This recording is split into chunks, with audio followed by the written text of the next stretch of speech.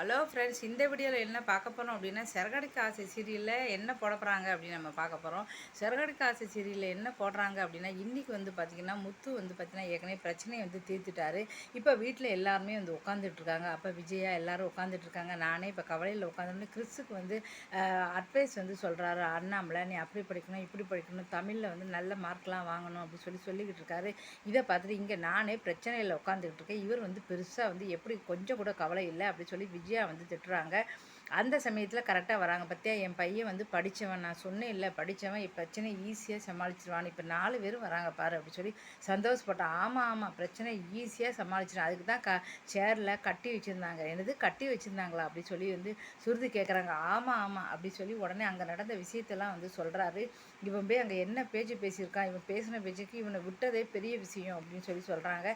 இதெல்லாம் பார்த்துட்டு மனோஜுக்கு அவமானமாக போயிடுச்சு. இப்படிலாம் அவரை செஞ்சாங்களா? சுருதி வந்து சிரிக்கிறாங்க. அப்புறம் விஜயா வந்து என்னதான் இருந்தாலும் படித்தவன் அப்படி சொல்கிறாங்க. இப்போ வந்து இனிமேல் வந்து இங்கே நீங்கள் டான்ஸ் கிளாஸே நடத்த வேண்டாம். ஆமாம், இதெல்லாம் பெரிய பிரச்சனையே கிடையாது.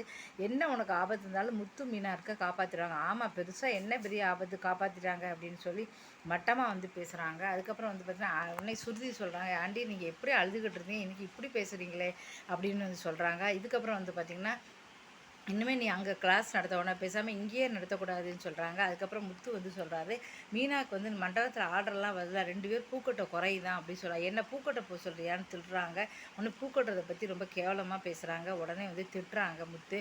ஒரு நாள் பூக்கட்டி பார்த்தா அதனோட அருமை தெரியும் அப்படின்னு வந்து சொல்கிறாரு. பூக்கட்டுறது வந்து நீங்கள் நினைக்க பூவை யாருக்கு வந்து கழுத்தில் மாலை போட்டாலும் அவங்க தலை குனிஞ்சு தான் ஏற்றுக்கணும், அந்த அளவு பூக்கட்டத்தில் ஒரு மரியாதை இருக்குது அப்படின்னு சொல்கிறாங்க. இதை பார்த்துட்டு வந்து பார்த்தீங்கன்னா விஜயாவுக்கு சுத்தமாக பிடிக்கல. இனிமேல் நீங்கள் அங்கே எடுக்கவே வேண்டாம், இங்கேயே எடுங்க அப்படின்னு சொல்கிறாங்க. இது ஒரு வழியாக பிரச்சனை வந்து முடிஞ்சது. அதுக்கப்புறம் சுற்றி போட போகிறேன்னு சொல்லி மீனா வந்து விஜயாவுக்கு வந்து அண்ணாமலை கையில் கொடுத்து சுற்றி போட சொல்கிறாரு.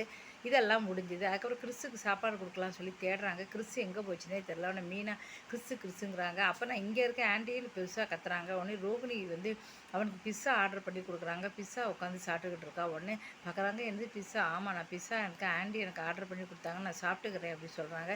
இதை பார்த்துட்டு அப்படி திகச்சு போயிடறாங்க மீனா. இவ எதுக்கு சாப்பாடு கொடுக்குறா, அதுவும் பிஸ்ஸா ஆர்டர் பண்ணி கொடுக்குறாளா அப்படின்னு சொல்லிட்டு ஒரு மாதிரி பார்த்துட்டு வந்து வெளில போயிடறாங்க. நேராக போய் முத்துக்கிட்ட போய் சொல்கிறாங்க, அவள் ஏற்கனவே சிங்கப்பூர் அது இதுன்னு ஒரு கோட்டை ஃப்ராடு வந்து அவுத்து விட்டா, இப்போ மறுபடியும் ஏதோ நிறைய ரகசியங்கள் வச்சுருக்கா, அதெல்லாம் தெரியாமல் இருக்கணுங்கிறதுக்கா பிஸ்ஸா ஆர்டர் பண்ணி கொடுக்கா அப்படின்னு சொல்லி சொல்கிறாரு.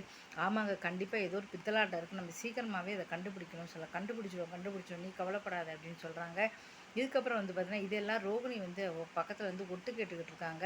இதெல்லாம் முடிஞ்சு போச்சு. பார்வதி வீட்டில் வந்து உட்காந்துட்டு இருக்கும்போது ரதி அவங்க 2 குடும்பமே வருது, வீட்டில் பரதநாட்டியம் சொல்லிக் கொடுங்கன்னா இப்போ வயசு பொண்ணு பையனையும் வச்சுட்டு வேறு ஏதோ கற்றுக் கொடுத்துருக்கீங்களா, இதெல்லாம் நான் சும்மா விட போகல, இது நாளைக்கு ஒரு பெரிய பிரச்சனை ஆயிடும், இதனால் நீங்கள் வந்து ஒரு பணம் எங்களுக்கு கொடுத்தே ஆகணும் அப்படின்னு சொல்கிறாங்க. இதுக்குன்னு பணமாக? ஆமாம், இப்போ 2 ஃபேமிலிக்கு நீங்கள் எதாவது செட்டில்மெண்ட் பண்ணியே ஆகணும்னு சொல்கிறாங்க. இதை பார்த்து பார்வதி வந்து திகச்சு போயிடுறாங்க.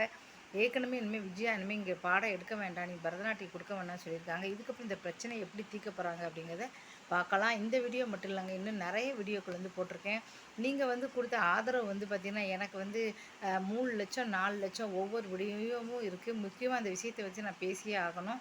என்ன வந்து பார்த்தீங்கன்னா ஜனவரி மாதமே எனக்கு மானிட்டைசேஷன் வந்து கேன்சல் ஆகிடுச்சு. அதனால் வந்து பார்த்திங்கன்னா இப்போ புது ரூல்ஸ் படி வந்து பார்த்திங்கன்னா நான் வந்து எப்படி போட்டிருக்கேன் உங்களுக்கு தெரியும். சீரியலுடைய வந்து ஸ்க்ரீன்ஷாட் எடுத்து அப்படியே வாய்ஸ் ஓவர் மட்டும்தான் வந்து கொடுத்துருப்பேன், ஃபேஸ் வந்து காட்டியிருக்க மாட்டேன். அப்படி தான் வந்து இதுவரையும் ஜனவரி வரையும் வந்து மானிட்டைசேஷன் கொடுத்தாங்க. இப்போ வந்து மானிட்டைசேஷன் வந்து கொடுக்க மாட்டேங்கிறாங்க. இப்போ என்ன அப்படின்னா, நம்ம வாய்ஸ் ஓவர் கொடுக்கலாம், 1 நிமிஷம் 1 செகண்ட் வேணால் அந்த படத்தை நீ யூஸ் பண்ணிக்கலாம், பின்னால் இருந்தால் கூட அந்த படம் ஒரிஜினல் வீடியோவாக தான் இருக்கணும் அப்படின்னு சொல்கிறாங்க. இந்த படத்தை யூஸ் பண்ணாலே வந்து ரீயூஸ்டு அப்படி சொல்லி பண்ணாங்க. இப்போ நான் ஏப்ரல் மாதம் அப்ளை பண்ணேன், ஒரு 2 நாள் மேலே அப்ளை பண்ணேன், அப்போ கூட ரிஜெக்ட் பண்ணிட்டாங்க. அதனால் எனக்கு வேறு வழியே தெரியல. 3 லட்சம் வாட்ச் ஹவர்ஸுக்கு அத்தனை சீரியல் உலையும் அழிச்சு தான் ஆகணும். அதனால் டீசெண்டாக இந்த மாதிரி போட்ட வீடியோ வந்து உங்களுக்கு இன்ட்ரெஸ்ட் இருந்தால் இந்த மாதிரி மட்டும் தான் நீங்கள் பார்க்க முடியும். பழைய வீடியோலாம் நீங்கள் பார்க்க வேண்டாம், புது வீடியோ பாருங்கள். ஏன்னா இப்போ வேண்டாம் அப்படின்னு சொல்லிட்டு எப்படி 3 மாதம் டயம் இருக்குது, அதுக்கப்புறம் அழிச்சிக்கலாம் அப்படின்னு இருக்கேன். வந்து உங்கள் ஆதரவுக்கு ரொம்ப ரொம்ப நன்றி. மாதம் வந்து எனக்கு 6500 வாட்ச் ஹவர்ஸ் வருது, ஆனால் இனிமேல் மொத்தமே 4000 வருமானு தெரியல. சீரியல் வந்து இப்போ ஃபோட்டோவை யூஸ் பண்ணதால் மாதமே எனக்கு கிட்டத்தட்ட 3 லட்சத்தை தாண்டி வந்து எனக்கு போய்கிட்டுருக்கு. ஆனால் இதுக்கப்புறம் வந்து பார்த்திங்கன்னா இவ்வளோ பேர் வந்து பார்ப்பாங்களா தெரியல. ஏன்னா நான் ஃபேஸை காட்டி தான் வந்து சீரியல் ரிவ்யூ பண்ண முடியும். வேணும்னா ஒரிஜினல் வீடியோ பின்னால் போட்டு கொஞ்சம் வந்து வேறு மாதிரி வந்து பண்ண முடியும். அதனால் இதுக்கும் நீங்கள் ஆதரவு கொடுத்தீங்கன்னா மாதம் மாதம் பண்ணவும். நன்றி, வணக்கம்.